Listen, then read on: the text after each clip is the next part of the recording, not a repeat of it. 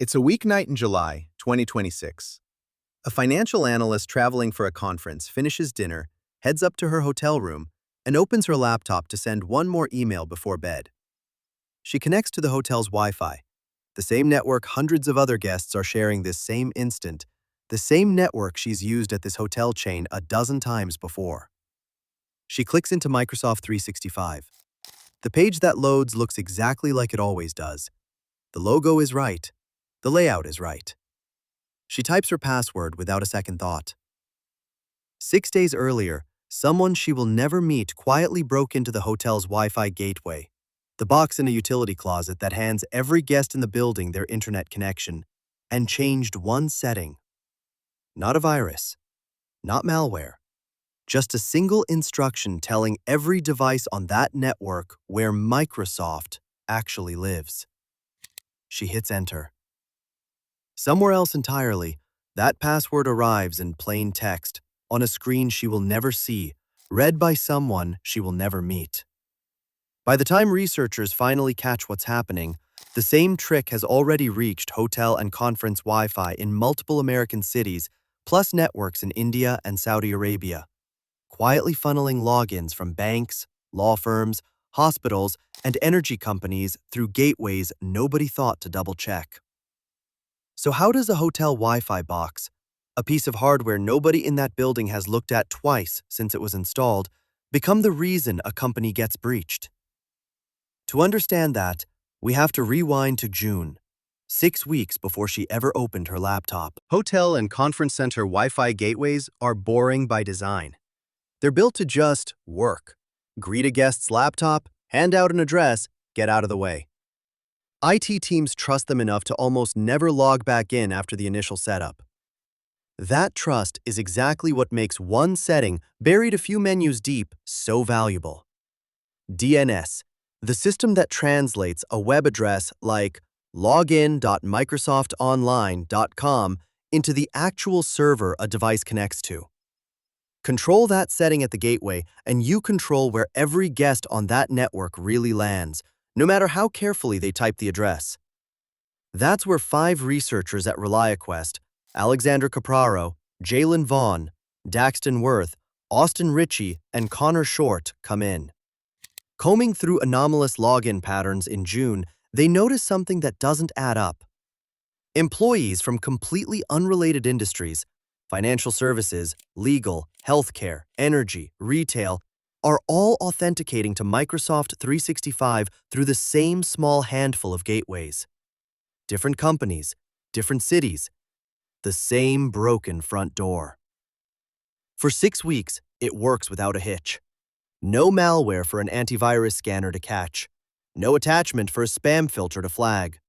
Just a hotel router quietly lying to everyone who asks it a question, and login pages built to look like the real thing. Domains like m365-owa.com and ms365-live.com. Close enough that nobody in a hotel lobby at 11 at night is checking twice. Whoever built this was careful about almost everything, except one thing. All 4 fake domains were registered through the same email address, shikolimdrid@gmail.com. It's the closest thing to a fingerprint the researchers have. Not a name, not a face. Just an email address holding together 4 lies at once. We observed traffic to these compromised gateways from organizations in a range of industries, including financial services, professional services, legal, healthcare, energy, and retail, ReliaQuest would later write, confirming this isn't sector-specific targeting, but a campaign that highly likely goes after traveling employees wherever they connect. And in some cases, the attackers didn't even need a password. Microsoft 365 has a legitimate feature called device code sign-in, meant for logging into a device that doesn't have a browser. On the hijacked networks, a victim would see what looked like a completely normal Microsoft prompt and approve it without thinking twice. What the user can't see, ReliaQuest explains, is that approving the prompt authorizes a session initiated by the attacker. No password stolen, no multi-factor code to defeat.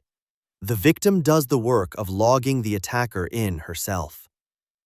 The tradecraft looks familiar to the researchers tracking it, close enough to Frost Armada, a campaign authorities disrupted back in April 2026 that used the same trick on home and small office routers tied to APT-28, the Russian military intelligence unit, also known as Fancy Bear. The overlap is real. The same DNS poisoning aimed at Microsoft logins, the same router-first playbook. But this campaign has its own signature: hotel and conference gateways nobody had documented before, and infrastructure that doesn't match anything APT-28 has used previously. The researchers won't call it the same group. Not yet. This is the moment from our cold open, fully explained. The analyst in her hotel room wasn't unlucky. She was standing at the exact spot researchers were about to uncover. One gateway among what may be dozens, quietly redirecting an entire building of business travelers into someone else's hands. And then, on July 23rd, the researchers find something that changes the shape of the story. A second domain, ms365-device.com, is hosting what looks like an admin panel, a control surface built to upload fake pages, rotate them so no two visitors see the same one twice, track who clicks, and quietly turn away anyone who looks like a researcher instead of a target. This isn't the wreckage of a finished operation. It's a dashboard still being used. Once ReliaQuest went public in July, the fix wasn't complicated. Encrypt DNS traffic in strict mode, so a device refuses to trust whatever server the local network hands it. Turn off device code sign-in unless it's genuinely needed. Treat every hotel and conference network as hostile until proven otherwise. None of it requires new hardware. It just requires knowing to look. This second, if you've ever logged into work email from a hotel room, an airport lounge, or a conference center, you made the exact same bet that analyst made. The Wi-Fi looked normal. It probably was. But would you know if it wasn't? Here's what makes this one different from most breaches we cover. There's no arrest at the end. No court filing with a name on it. Just an email address.